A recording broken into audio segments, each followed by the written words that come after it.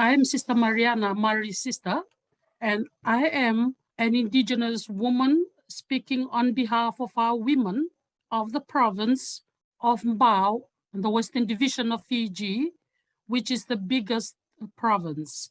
I coordinate the Women Ministry Desk at the Caritas Fiji in the Archdiocese of Suva. I'd like to take this opportunity to thank the organizers for this Raoyan dialogue on synodality, especially for inviting me to share my story on the crisis of our Mother Earth in our little environment here. And I will talk as a woman relating on the topic of black sand extraction. I speak on this platform on their behalf of the women of our province. And it's a very much concern that our very ocean, our very river that provided us with our livelihood for our families has been destroyed by this so-called heartless mining company. As a result, our women are witnessing the extinction of mangrove and sea species like land crabs, fish, seashells, as an impact of this mining extraction that has taken its toll. Our river is our life. It's like a beautiful mother who opens her arms to embrace us when we need her and also sustains us because it provides for us every day. Some key ecological challenges we face as the impact of this mining is a sea level rising, and that sea level rising causes coastal erosion, and it is very sad to see. Mining has caused the aggravation in our marine life in the shoreline areas, and there is disappearance of many species. Today, our people have to hire fiberglass boats to fish in deep waters because they can no longer catch fish in the shallow or mangrove swamps. And the availability of livelihood in marine life by the mangrove or shoreline areas to fend for our families are no longer in plentiful because our ocean, our river is being disturbed. Women above all suffer the consequences as they largely dependent on fishing, crabbing, collecting seashells. The destruction of our riverbed is extremely serious, so there is a great concern for the future of our children. Gradually, we see this disappearance of our mangrove swamps. And another big challenge, ecological challenge that we have, which is very serious, that our people whose homes are beside the coastal lines will have to relocate someday.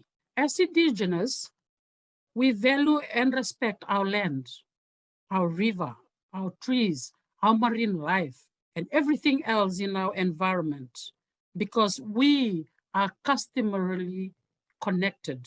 This is our identity. We are part of our nature. What has been done so far?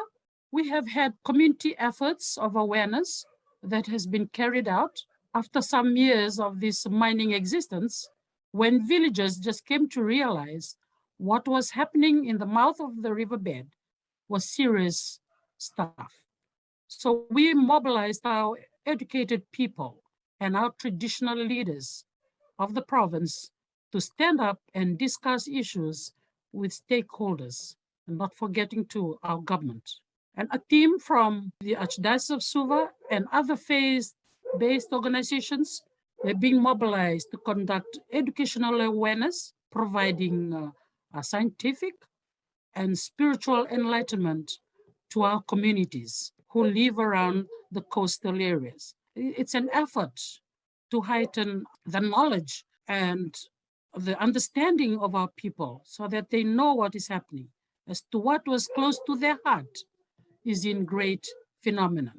The villagers were unaware of the seriousness of this mining extraction as they were only informed that the company was only conducting dredging.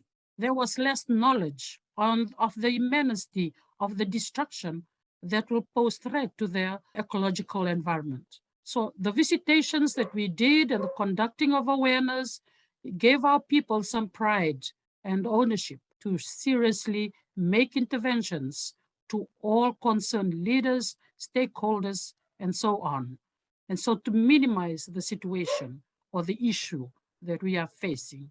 There have been many meetings held, but our indigenous women would share emotionally in those meetings.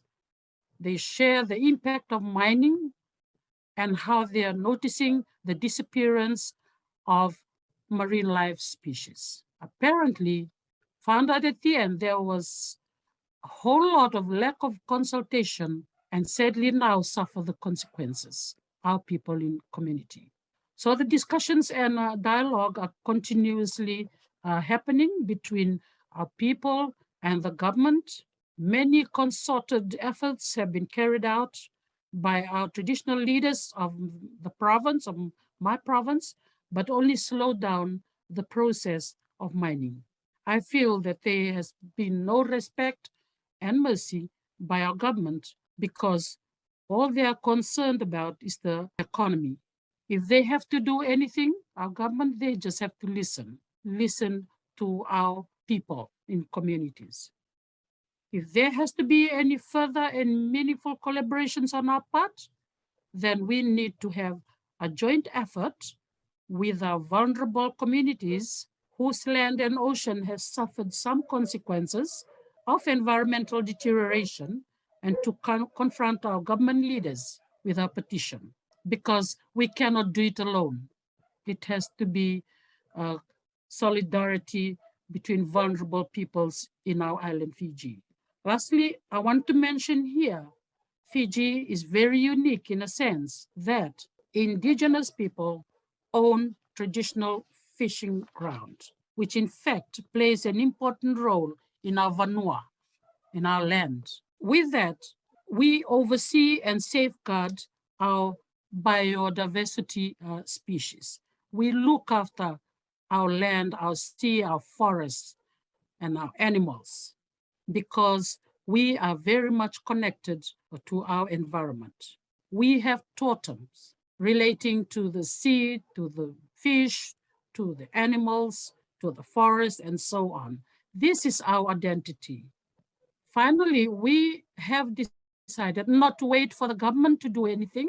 We are going to work together as concerned communities of the province to respond, to restore our environment, our Mother Earth, who is crying in our little community in the Western Division.